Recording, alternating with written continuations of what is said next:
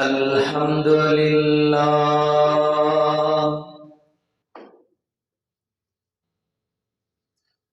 الحمد لله نحمده ونستعينه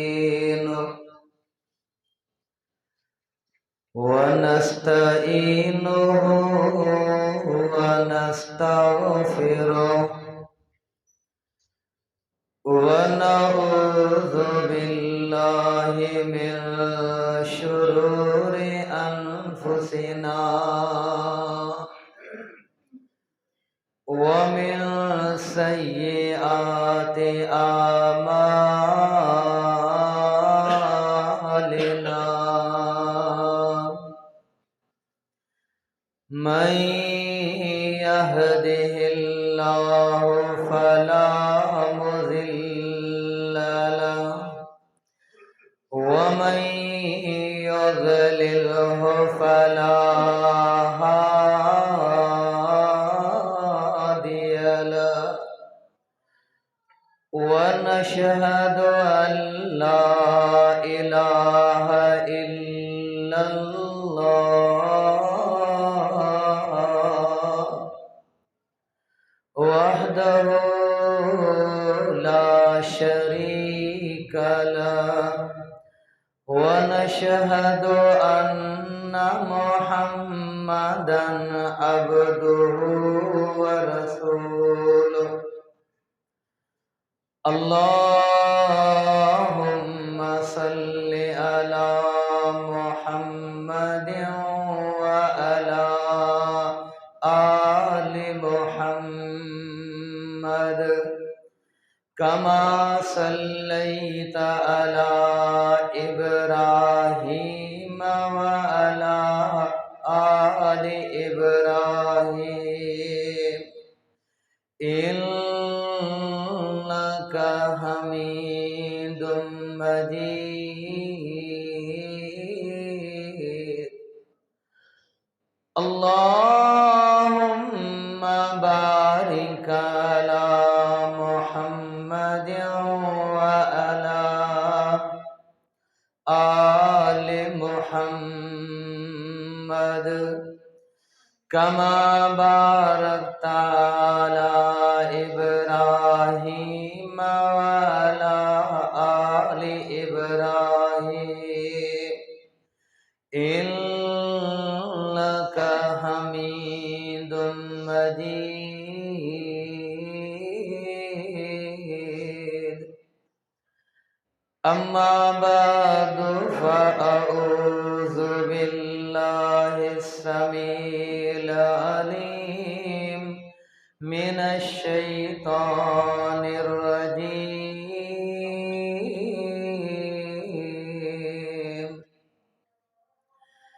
ادفع بالتي هي أحسن فإذا الذي بينك وبينه عداوة كأنه ولي حميم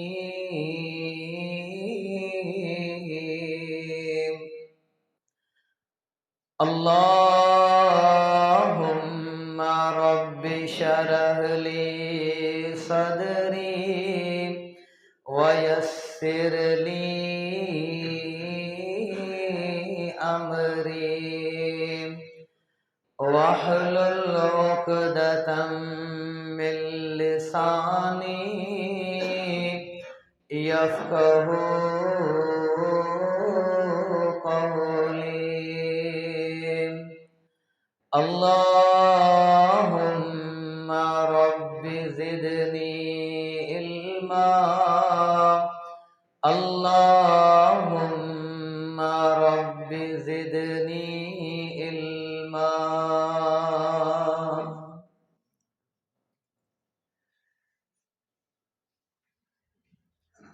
حدیث کی کتاب صحیح مسلم کتاب الایمان باب لا يدخلون الجنة الا المؤمنون کے تحت امام مسلم رحمہ اللہ نے ایک روایت نقل فرمائی ہے سیدنا ابو ہریرہ رضی اللہ تعالیٰ عنہ حدیث کے راوی فرماتے ہیں اللہ کے حبیب صلی اللہ علیہ وسلم نے فرمایا لا تدخلون الجنة حتى تؤمنوا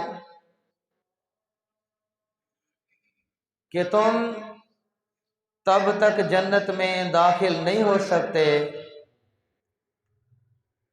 جب تک تم مومن نہ بن جاؤ وَلَا تُؤْمِنُوا حَتَّى تَحَابُّوا اور آپ صلی اللہ علیہ وسلم نے فرمایا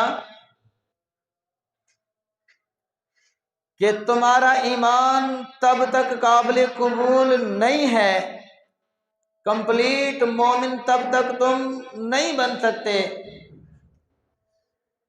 جب تک تمہاری دلوں میں ایک دوسرے کے لیے محبت نہ ہو جب تک تمہاری دلوں میں اپنوں کی اپنائیت نہیں ہے اپنوں کی محبت نہیں ہے تو میرے بھائی آپ کو اپنی اصلاح کی ضرورت ہے آپ کا ایمان کمپلیٹ نہیں ہے، آپ مومنوں کی لسٹ میں شامل نہیں ہیں۔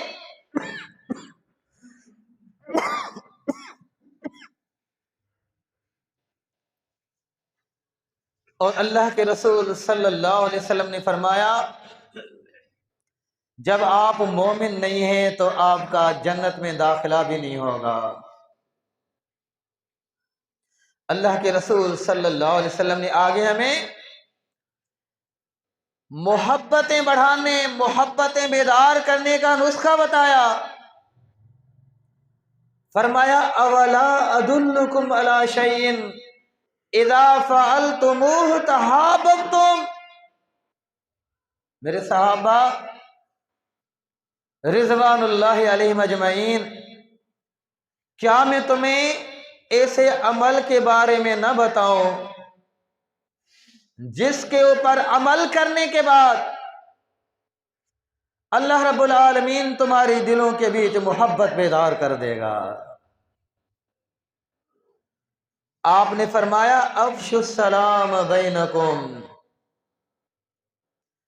آپس میں سلام کو عام کر دو۔ آتے جاتے گلیوں میں، گھروں میں، بازاروں میں، جان پہچان والا ہو انجان ہو، ہر ایک کے اوپر سلام کرو۔ اس سلام کرنے سے اللہ محبتیں عطا کرتا ہے، دلوں میں محبتیں پیدا فرماتا ہے۔ اب ہم جائزہ لیں، اپنا محاسبہ کریں، اپنے گھر سے شروع ہو، اپنے گھر کے افراد سے شروع ہوں۔ کیا ہماری دلوں میں ایک دوسرے کے لیے محبتیں ہیں؟ کیا ہماری دلوں میں ایک دوسرے کا احساس اور خیر خواہی کا مادہ ہے؟ اگر نہیں ہے تو میرے بھائی